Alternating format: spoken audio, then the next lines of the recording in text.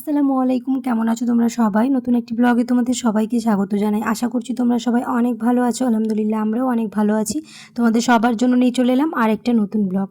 বাইরে এখন খুবই বৃষ্টি হচ্ছে, কখনো রৌদ্র কখনো বৃষ্টি এরকম লেগেই আছে। যারা বৃষ্টির মধ্যে আমার ভিডিওটি ক্লিক করে দেখছো, আর যদি ভিডিওর কোনো একটা পার্ট যদি তোমাদের ভালো লেগে থাকে তাহলে অবশ্যই ভিডিওটা লাইক দিয়ে দেখা শুরু করতে পারো। ঈদের জন্য পুরো রান্নাঘরটাই ডিপ ক্লিন করব, কারণ কয়েকদিন পরেই তো ঈদ, তাই আজ সকাল সকালই লেগে পড়েছি রান্নাঘরটাকে পরিষ্কার করতে। তবে রান্নাবান্না হয়ে গেছে, কারণ রান্নাবান্না করার পরেই যদি কিচেনটাকে ক্লিন করে নিই তবে কি খুব সুন্দর হয়ে থাকে। কারণ আবার যদি ক্লিন করার পরে রান্না করি তারপরে তো একটা তেল চিটচিটে ভাব হয়। আর গ্যাসের পাশে যে জিনিসগুলো থাকে সেগুলো যদি প্রতিদিন না ক্লিন করে নেওয়া হয় তাহলে একটা তেল চিটচিটে ভাব থেকে যায়। তার জন্য গ্যাসের পাশাপাশি যে জিনিসগুলো থাকে সেগুলো প্রতিদিনই এরকম মুছে নিতে হয়।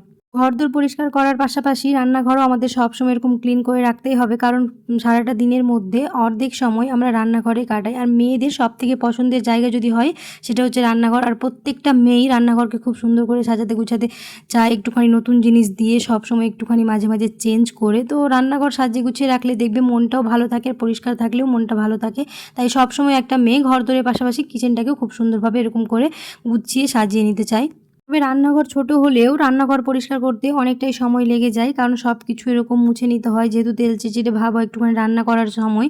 যতই চিমনি থাকুক না কেন তারপরেও জিনিসগুলো একটুখানি তেল চিটচিটে ভাব থেকে যায়। আর যখন নন মডিউলার ছিল না আমাদের কিচেনটা তখন একটু বেশি সময় লাগতো, কিন্তু যখন থেকে মডিউলার হয়েছে তখন অত আর রান্নাঘরের পেছনে সময় দিতে হয় না, যেহেতু ওপরের জিনিসগুলো তো সব ঢাকাই থাকে, সেগুলো আর তেল চিটচিটে ভাব হয় না। ওই একদিন কাপড় দিয়ে শুধু মুছে নিলেই ক্লিন হয়ে যায়। শুধু বাকি বাইরে যে জিনিসগুলো থাকে সেগুলোই প্রতিদিন মুছে নিতে হয়, আর প্রতিদিন মুছে নেওয়ার জন্য একটুখানি কাজটা হালকা হয়ে যায়, তাই আর বেশিক্ষণ সময় লাগে না। আর না হলে আগে যখন মডিউলার ছিল না তখন প্রত্যেকটা জিনিস নামিয়ে নামিয়ে সব সেলফের জিনিসগুলো নামাতে হতো, তখন অনেকটাই সময় লেগে যেত। যারা ভিডিওটি আমার দেখছো, যারা এখনও আমার চ্যানেলটিকে সাবস্ক্রাইব করোনি অবশ্যই সাবস্ক্রাইব করে দিও, আর তার সাথে পাশে থাকা বেল আইকনটাকে প্রেস করতে একদমই ভুলো না সময় মতো নোটিফিকেশন পাওয়ার জন্য। আর যারা আমার চ্যানেলটিকে সাবস্ক্রাইব করে রেখেছো তাদেরকে অসংখ্য ধন্যবাদ। এদিকে মোটামুটি করে রান্নাঘরটা পুরোটাই ক্লিন করা হয়ে গেল, আর এটা হচ্ছে পরের দিন সকালবেলার ভিডিও। যেহেতু আর সেদিন কোনো রকম ভিডিও করা হয়নি, ভিডিওটা খুব ছোট হয়ে যাচ্ছিল, তাই পরের দিন থেকে আবার ভিডিওটা শুরু করেছি, তো ওটাকে আমি অ্যাড করে দিয়েছি। তাই এখন ব্রেকফাস্টের ব্যবস্থা চলছে। আমরা তো প্রতিদিন ওই ঘুগনি মুড়ি বা যে কোনো জিনিস খেলেও কোনো দিন এরকম ব্রেড বাটারও খাওয়া হয় চায়ের সাথে। এটা বাড়ির সবাই খুব পছন্দ করে, আমি ছাড়া।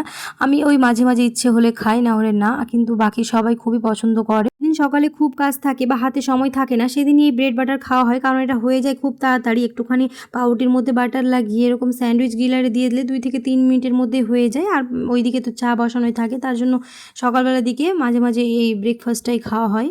এই ইলেকট্রিক জিনিসগুলো আমাদের দৈনন্দিন জীবনে খুবই কাজের লাগে, আর সময়ও অনেকটাই বাঁচিয়ে দেয়। যেহেতু এটা যদি না থাকতো তাহলে গ্যাসে একটুখানি সেঁকে নিতে হতো, আর এটা যেহেতু ব্রেড লাগিয়ে আমি দিয়ে দিলাম তাহলে 2 মিনিটের মধ্যে হয়ে যায়। তো এগুলো খুব ইজি হয়ে যায়। যেমন সব কিছুরই ভালো খারাপ দুটোই দিক থাকে, তো আমার মনে হয় যে ইলেকট্রনিক জিনিসগুলো মাঝে মাঝে অনেকটাই কাজে আসে।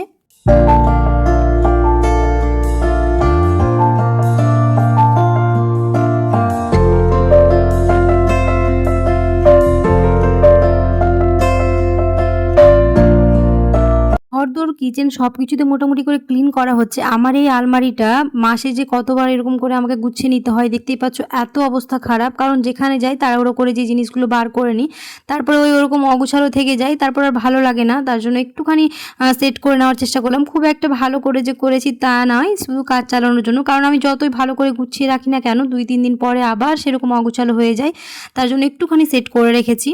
কয়েকটা জিনিস অনলাইনে অর্ডার দিয়েছিলাম, এক এক করে সবগুলো আসছে। আজ এই টোট ব্যাগটা এসছে, আর এসছে হচ্ছে ওই ওয়াল হ্যাঙ্গিংগুলো। তবে ওয়াল হ্যাঙ্গিংটা পুরোটাই আলাদা চলে এসছে, আমি আলাদা দিয়েছিলাম, তো ওটাকে রিটার্ন করে দেবো। কিন্তু এই টোট ব্যাগটা যেরকমটা আমি দিয়েছিলাম সেরকমটা এসছে, খুব ভালো। আর এটা এখন যেহেতু ট্রেন্ডিংয়ে চলছে তার জন্য এটা একটা অর্ডার করেছি, আর কালারটাও খুব সুন্দর লেগেছে আমার।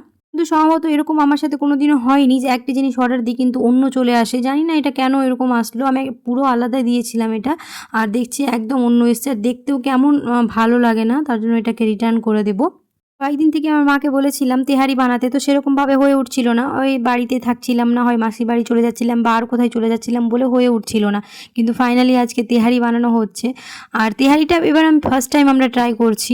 সেরকমভাবে তো আমাদের তেহারি খাওয়া হয় না। এটা যেহেতু বাংলাদেশের একটা ঢাকার ফেমাস খাবার বলতেই পারো, তো অনেকদিন ধরে আমি বেশ ইউটিউবে দেখছিলাম, তারপরে আমার মাকে বলেছিলাম যে বানাতে, তো আজকে ওটা বানিয়েছে। তবে খেতে খুবই ভালো হয়েছিল, একদম বিরিয়ানির মতোই বলতে পারি। তবে বিরিয়ানিটা কি আলাদা আলাদা করে করা হয়, এটা একসাথেই হয়ে যায়, আর তাই সময়টাও কম লাগে। তো এখানে রেডি হয়ে গেছে। আজকে দুপুরের খাবারে ছিল হচ্ছে তেহারি, ওইদিকে শসা, পেঁয়াজ, কোল্ড ড্রিঙ্কস ছিল, এখানে মিষ্টি ছিল, আর সবশেষে ছিল হচ্ছে মিষ্টি দই, যেটা আমি খাবো না কারণ আমার টক দই বেশি ভালো লাগে খেতে। তবে এখানে ওরা খেত, তার জন্য এখানে সব কিছু রেডি করে নিয়েছি। যে কোনো খাবার এরকম সাজিয়ে গুছিয়ে খেতে মনে হয় বেশি ভালো লাগে। দুপুরবেলা খাবার পরে একটুখানি আমের শরবত বলো, লস্যি বলো, এগুলো খেতে না এখন মনে হচ্ছে একটা অভ্যাস হয়ে গেছে। আর কিছুদিন আগে তো কাঁচা আম দিয়ে খাচ্ছিলাম, এখন যেহেতু পাকা আম চলে এসেছে তাই পাকা আম দিয়ে খাওয়ার চেষ্টা করছি। কিছুদিন আগে এই আমগুলো কিনে আনা হয়েছিল, আমটা নরম হয়ে গেছে, তাই ভাবলাম যে আমের শেক বানিয়ে নিই। তবে এটা লস্যিও বলা যাবে না, যেহেতু এখানে দই অ্যাড করবো না, শুধুমাত্র আম আর দুধ দিয়েই বানাবো। আমটা যেহেতু বেশি নরম হয়ে গেছে তার জন্য এরকম খেতে ভালো লাগবে না, তার জন্যই বানাচ্ছি এখানে। তবে এখানে দই দিব না, শুধুমাত্র দুধ আর এই আমের ছোটো ছোটো টুকরো করে কেটে নিলে আর মিক্সিতে ব্লেন্ড করে নিলেই হয়ে যায়, খুব ইজি। তোমরা চাইলে এখানে সুগার অ্যাড করতে পারো, তবে আমরা সুগারটাকে অ্যাভয়েড করছি, তার জন্য শুধুমাত্র দুধ আর আম দিয়ে এটাকে বানিয়ে নেব।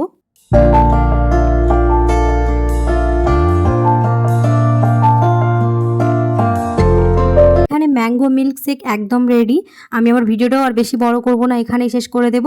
আশা করছি আমার আজকের ভিডিও তোমাদের ভালো লেগেছে। যদি ভালো লেগে থাকে তাহলে অবশ্যই একটা লাইক করে দিও আর কমেন্টে জানাতে ভুলো না। দেখা হবে পরের একটি ব্লগে। আল্লাহ হাফেজ।